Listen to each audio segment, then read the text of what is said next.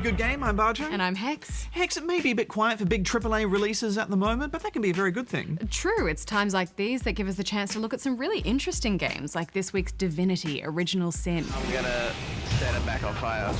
Boom, immune to warm. He's immune to fire. He's already on fire. Pretty sure you just healed him as well. I did.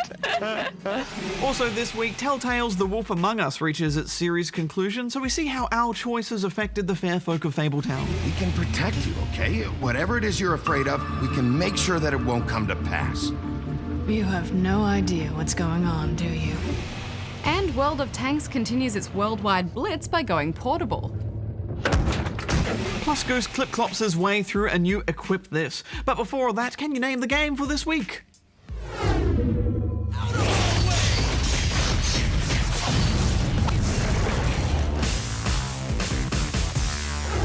World of Tanks is one of the most successful free-to-play games in the world.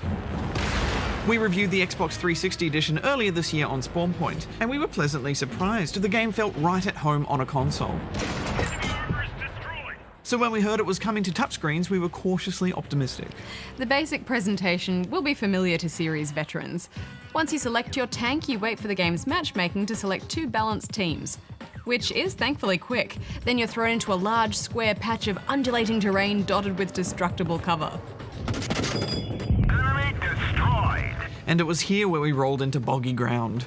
In the past, much of the game has hinged on the complex spotting mechanics. An enemy only lights up if someone on your team can see them. Enemy detected. You can forget about that subtlety on touchscreen though. The maps are much smaller, as are the teams. It's now 7 versus 7. In such a confined space, locating the enemy is easy. So light tanks with their high vision ranges are obsolete. Plus, the indirect fire has been erased too. I want my artillery back, Hex. So do I. More than ever, the game boils down to flanking. Sneaking around to the side or behind the enemy, hitting weak spots for massive damage is what makes World of Tanks so satisfying. Enemy vehicle destroyed. But to hit those spots precisely, you need precise controls. Yeah, absolutely. This kind of game really lends itself to a controller or a mouse and keyboard, but the slip sliding of a tablet glass, I'm not very good with virtual D-pads in general, and I was terrible with this. It's like trying to walk with your legs asleep. We're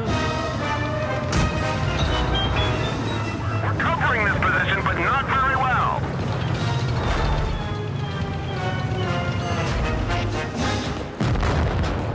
Vehicle destroyed. To be fair, they did the best possible job they could. The graphics engine has been optimized for the low-end hardware of portable devices, and they had to skimp on the sound effects. We've hit them hard. But, you know, you can tell they did their best to make this an authentic World of Tanks product. Yeah, but it just doesn't come together, does it? Many of the tactics that World of Tanks veterans are familiar with just won't work with this. Such as playing peekaboo. That's where you duck in and out of cover while your shell reloads. I tried hard, but I just could not get it to work. Just driving to the enemy and shooting in their general direction was difficult enough. Remember when you were doing really well in your T-18 and then you got stuck on a rock? Ah, rocks. My greatest weakness. How did they know? Our track is hit. It could break any minute. You can't invert the Y-axis either, and there's some glaring omissions from the tech tree. There's no Panzer IV, no mouse, no Dicamax. This vehicle is had it. Are there any redeeming features? Yes, the multiplayer infrastructure works flawlessly. There's a sizable player base, and the smaller, shorter battles are better suited to mobile gaming. And it's still completely free to play. There is no pay-to-win aspect. I think you're right. This is about as good as they probably could have made it for the touchscreen, but the real question is, should they have? Imagine if they'd taken this World of Tanks brand and made some sort of Advance Wars game. That would be amazing. I really miss Advance Wars. Final thoughts? This is a complete misfire. I'm giving it 4 out of 10. Yeah, room for improvement, I think. I'm giving it 6. And now it's time for the news with Goose. It's not over there. Thanks, guys. Former employees of Call of Duty creator Infinity Ward have formed a new studio called Reload Studios. The new development house is being led by 5 industry veterans, 4 of whom worked at Infinity Ward. The studio has expressed interest in creating content for virtual reality tech, stating that VR devices could transform the way we experience, interact with, and create media. The PC gaming hardware market continues to thrive, according to a recent report from the technology market research firm John Petty Research. The report values the PC industry at more than $21.5 billion internationally, up 800 million since the same period last year. This figure is expected to continue to rise strongly over the next 3 years. And now over to the eSports news desk. Thanks, Goose. The 2014 Evolution Championship has ended with some dramatic victories after an unpredictable tournament. French player Olivia Luffy Hay took down Japanese opponent Masato Bonchan Takahashi to claim the top prize in headline game Ultra Street Fighter IV. Luffy has done it! He has taken Evolution 2014! Meanwhile, Justin Wong was too strong for Chris G, winning the Ultimate Marvel vs. Capcom 3 final 3-1. Oh my god! He just done it! And Keiji Guriro Okamoto took the BlazBlue Chrono Phantasma crown, downing Ryu Dogura Nozaki in a nail-biter of a finish. Tournament was beautiful, but those finals. This is what we live for. And in other esports news, Dota 2's The International 4 tournament has also crowned its victors for 2014.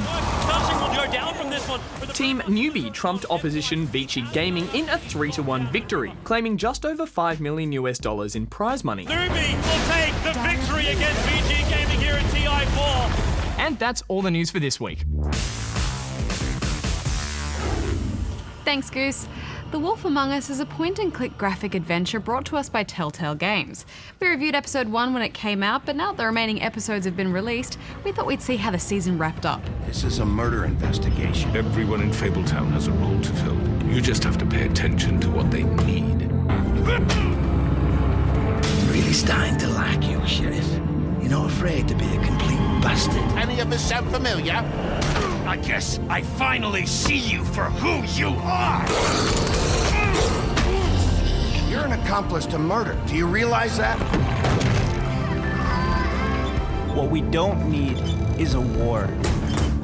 The Wolf Among Us is set in the universe of the Fables comic book series, and follows the stories of popular fairy tale characters who have fled to the real, or mundane world. They used to call me the Little Mermaid. They now occupy a small, dingy part of Manhattan, and are just trying to make ends meet. I want to help you, okay?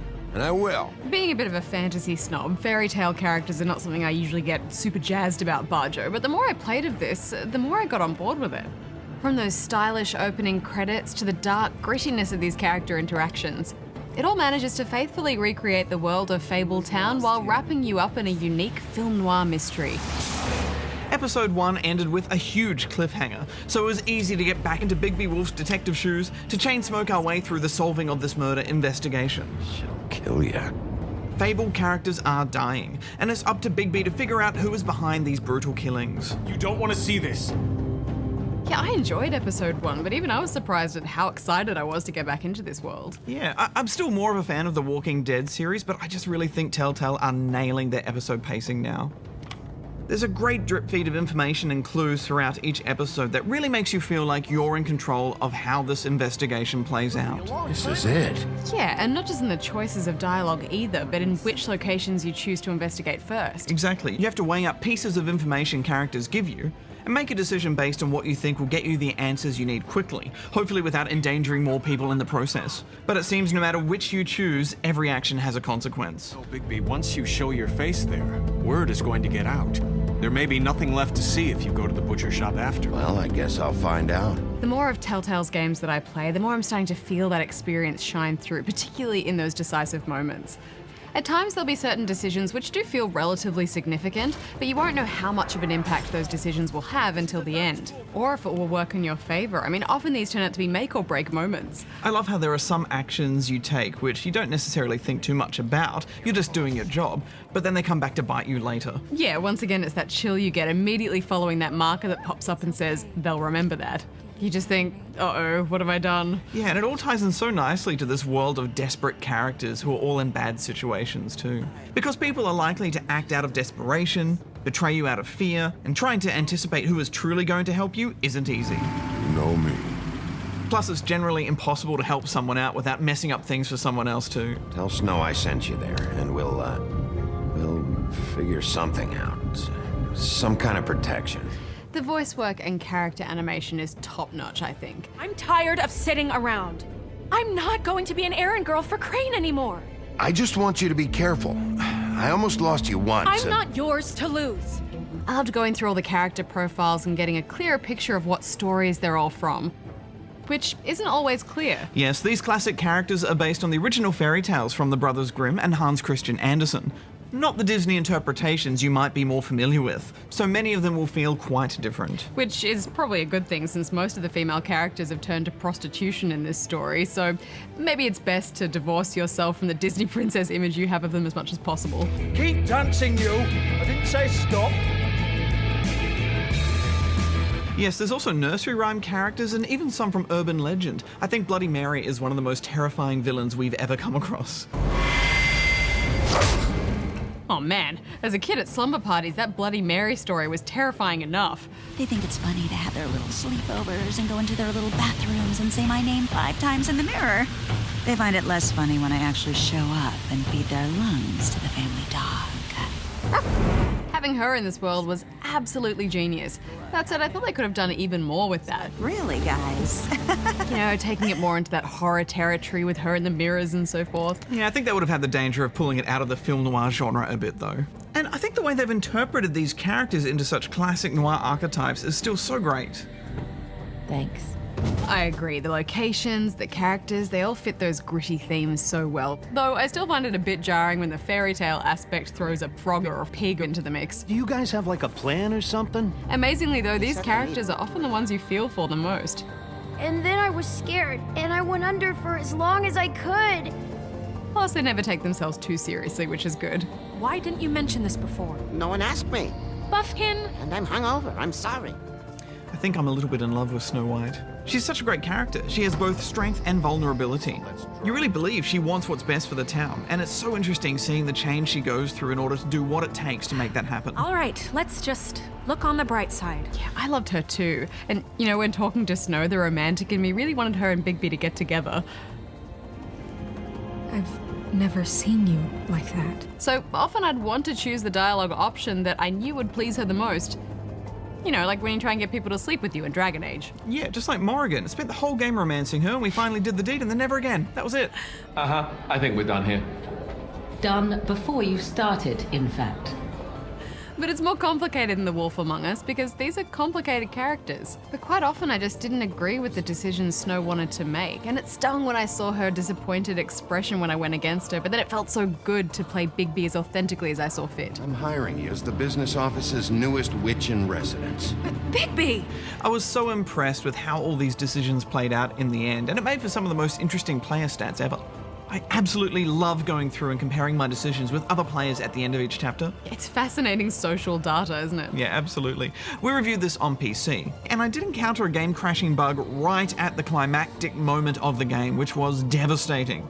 I also felt there was a bit of a cumbersome approach on the few occasions you actually took control of Bigby to walk through an area. Well, here we are. Often it just seemed a bit pointless, like walking down a corridor, and there was no fluidity to the movement. But overall, I was impressed. I think they wrapped this up nicely. And definitely left it open for the possibility of a second season, which is exciting. In fact, I wish I had it right now, which is a good sign. What are you giving it? Well, more and more, I'm falling in love with Telltale's storytelling. I just think they build tension so well and draw you in instantly, so you want to find out what's going on with every character. I love this. I'm giving it 7.5. This game has been consistently well executed throughout, in my opinion. What did you uncover? I love the way it made me agonize over my choices, which is what makes these kinds of games so thrilling. I'm giving it 8.5 out of 10 rubber chickens.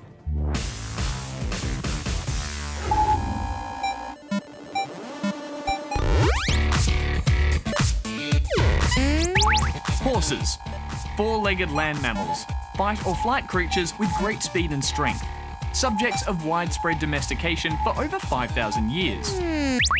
The clip-clop of hooves has become a familiar sound in video games. Whether it's hammering on hard earth or clacking on cobblestone streets, that rhythmic pounding means one thing. We get to ride.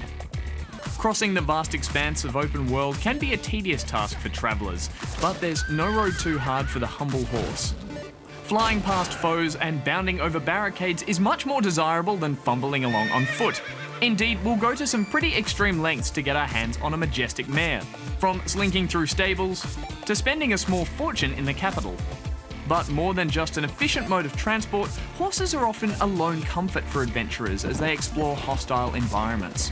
It's no surprise that over the years we've formed deep bonds with many a fine filly. These noble steeds become as much a character as our avatars.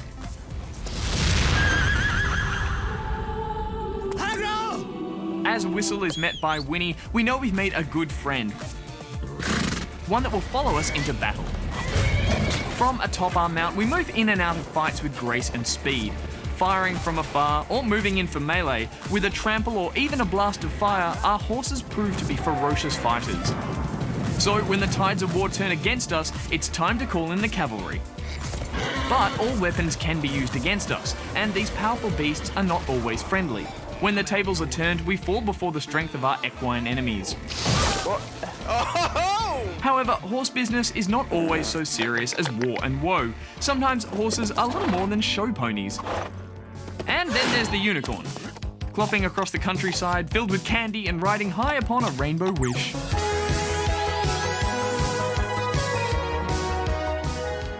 Yes, games often ask us to take the reins of adventurers and conquerors, trainers and warriors. But when we're offered a horse, we'll take it, of course.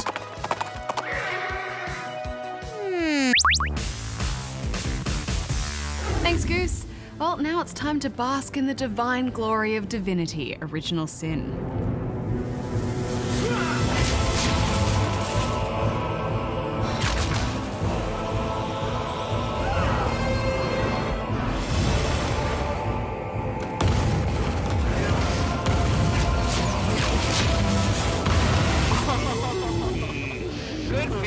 Good finish. Since Diablo 3, we've been desperate to get our hands on a classic Baldur's Gate-like RPG. And apparently so has the rest of the internet, if the latest entry in the Divinity series is anything to go by. Original Sin received over $1 million in crowdfunding support. That's some healthy loot, Hex. It certainly is. In this turn-based RPG from Belgian developer Larian Studios, you take control of a pair of adventurers who roam the world of Rivellon, dedicating their lives to ridding the world of a strange and dangerous energy source called, well, Source. These Source Hunters, as they're known, are driven to the seaside settlement of Syciel, which has been plagued by orcs, the undead, and the mysterious death of a councillor. May the luck of the gods be with you both, Source Hunters. But who are these Source Hunters, you may ask? Well, that's up to you to decide. I always spend a long time on character creation, Bajo, but here there is a whole lot more at stake. This game draws a lot of inspiration from pen and paper RPGs throughout, but it's here that I noticed it the most. Yeah, that spreadsheet of raw stats, combat abilities, and character perks is pretty intimidating. Yes, settle in for a long and deep RPG. The thing I struggle with the most with those traits, I found myself asking, should I pick the Animal Whisper perk because it is the coolest thing ever, or should I be more pragmatic? Obviously, I chose to whisper. Oh, hi, doggy. I smell rotten lamb chops. Yeah, it's tough. Plus, you need to go through the whole process twice because there are two main characters. It's a good idea to build characters which complement each other if you want a fighting chance out in Rivellon. The world is a lot smaller than we've come to expect from modern RPGs, but it's all beautifully designed. Everything is logically connected, and each building, dungeon, and path feels like it has a purpose. What's this? Although you do spend a lot of the early game inside the walls of the city, and I think that might frustrate some. Yeah, you start to feel a little bit trapped in there. It's slow going at the start, and the game doesn't hold your hand at all. Looks like we have our work cut out for us. At least we won't be bored. A lot of the early quests require some Sherlock Holmes-style sleuth work, which will see you hunting for clues. A book about setting up the perfect crime. Esmeralda has interesting tastes in literature. Along with interrogating half the town. There's no quest markers, so you rely entirely on your wits and your own attention span to progress. I'm not gonna lie. Choose some dialogue choices. I wasn't paying attention to what you guys are talking about. I'm just mesmerized by your beard. So, okay, I'm seeking adventures of every kind. Come on! You're free to uncover these quest narratives in a non-linear way, and I really liked that as a design choice. Ah, so that's what that did. I don't know, I could have used a little bit more guidance, to be honest. There were points where the game left me feeling completely lost, running back and forth trying to find the next quest point. I mustn't have used it correctly. I I had to use an online guide on a few occasions, which is fine, but it can get a bit tedious. Yeah, I think that's a fair point. I did find this refreshing though. It's a delicate balance between being spoon-fed and left out to dry, but Original Sin rides that line well. The whole game is meant to be slow, methodical, and challenging, which is wonderfully reflected in the game's combat. Well, that's true enough. Fights are entirely turn-based, with each fighter having a certain amount of action points they can spend on movements and attacks per round.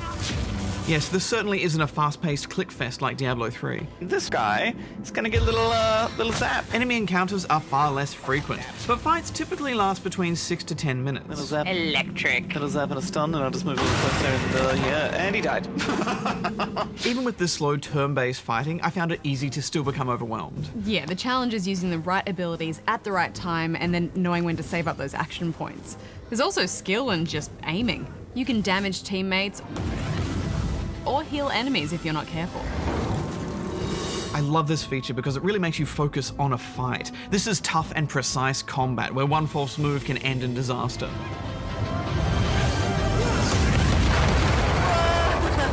And there's so much depth to each battle. In nearly every fight, there are barrels of water, poison, or oil that can be broken in order to spill their contents in the battlefield. These can be set alight or electrified, completely changing the dynamics of the fight. But they can be used against you too, so movement and placement of your characters becomes so important. It's about to get a bit burny. See, that's why you catch on fire, because you run through them.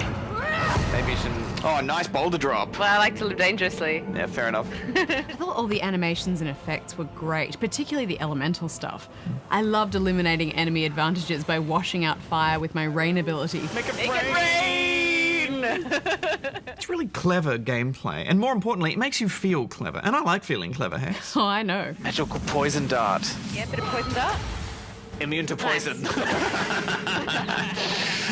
I'm helping. The party system lets you set formations which dictate where your group members position themselves at the start of fights. And when you're roaming around, you can ungroup to strategically approach a battle. Some dungeon puzzles even force you to split your group up. It's just such interesting design, Hex. Yeah, it's great, isn't it? At one point I was trying to avoid a battle with high-level enemies, so I just separated everyone, went into stealth mode and made a sneak train. Sneak train, choo-choo, choo-choo-choo. I just love these Python-esque disguises. They're so stupid, but I love them. Yes, you're so well disguised under your gigantic bopping boulder. The stealth mechanic is fun though, as you dodge enemy cones of sight. And it's a good way to get the jump on them for an easier victory. Enemies don't respawn, so there is a finite amount of XP on offer, and level ups are few and far between. You do get some XP from exploring, but to be fair, it's almost as dangerous as fighting.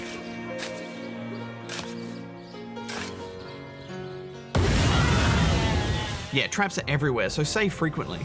I was a little disappointed with the armor and weapon design. Even when I started to come across legendaries, there wasn't anything that really stood out. I just think if you're gonna have a legendary, it should have some pizzazz to it. Yeah, I agree. Fashions.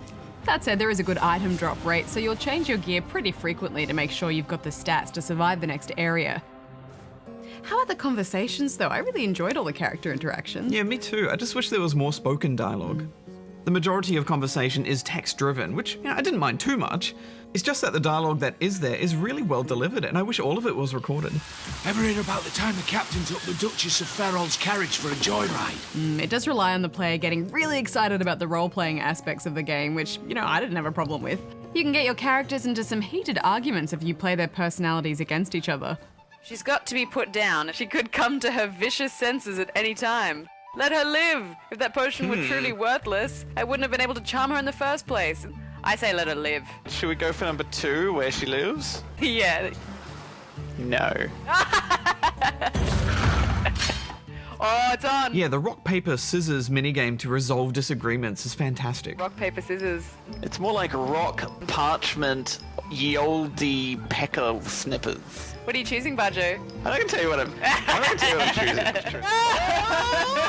See, now I think you're gonna go paper again because you think I'm gonna change to be paper, but then you know that I'm also thinking that, so I'm probably gonna go scissors. But then you know that I'm probably also thinking that, so you'll go rock. Screw it. No! We are the same person. Each victory gives you points based on your charisma, and the first person to accumulate 10 points wins. It's another great little mechanic. Oh, the music is wonderful too. It's not classic fantasy, but it has an appropriately familiar yet otherworldly resonance to it all. And the ambient sound design is spectacular and just makes that world feel so alive. Not in the mood for cheese? That excuse has more holes than a slice of this fine Gorgon bear. Yeah, there are plenty of quirky characters to flesh out the story, and I just love it when a game like this doesn't take itself too seriously. Oh, mighty ocean, how I pine for thee. You can tell how passionate the developers are about this project just by the sheer amount of detail. It's just so much gameplay freedom. In fact, the game encourages you to bend the rules. Yeah, absolutely. At one point there was a locked fence blocking my progress, and I couldn't be bothered looking for a key, so I just did this. Problem solved. Yes, I was introduced to your teleportation antics in co-op, which I think we can both agree was a lot of fun. This is my favorite part of these games, when they create a really authentic world and all the people and the places seem real and there's like the little fish everywhere. What are you doing? What happened there? What happened, Hex? No! Stop teleporting me around the place. Whoa. It's disappointing that co-op doesn't give ring-ins any XP or progress. Yeah, I think it's there to create an incentive for you to play through the game from start to finish with someone else. Yeah, and I guess it does harken back again to pen and paper games where you would start as a group and then finish as a group, but then, you know, there's just no real benefit to jumping in and out of random games. It can add a bit more tension though. True. This is a nice character you've created. Yeah. She's pretty badass. She's got sick gear. Particularly if you have an untrustworthy partner in control of one of your character's actions and, more importantly, your gear. You want to see something funny? Do you want to go get this helmet? Is that my helmet? Are you throwing my stuff over this room? Is this painting of a woman important to you? Don't you do it. Ah, it's over the line. Beautiful painting. But when you have a good partner, it does mean more interesting combat strategies. I did enjoy the bartering system too. Yeah, it's so good that every NPC has little bits and pieces they want to trade. It's a nice touch, and I never found myself strapped for cash or goods. Well, that's because you stole and fenced everything. If you're gonna leave a pig painting just lying around, of course I'm gonna steal it and sell it. Simple as that. Well, somebody's beloved pig painting. Now someone else can love it. My friend returns. What are you giving it overall, Hex? If I had to describe Original Sin in a word, it would be dense. I struggled with the pace at first, but after a few hours it had its hooks well and truly in. I'm giving it 8.5 out of 10 rubber chickens. There are so many lovely touches in this game, which makes this self-professed old-school RPG feel right at home in 2014. And there's a ton of custom content on the way too, thanks to the super detailed campaign editor. So I think this is worth 9 out of 10 rubber chickens. Let's go for a walk on the beach. I don't want to talk to him right now. Hey. This isn't productive. How does it feel? Is that like a superhero teabag? You betcha. So did you name the game for this week? It was Persona 4, released originally in Japan in 2008. Upon moving to a small village in Japan, you realize you have the power of Persona, a manifestation of your personality that can battle the personas of others.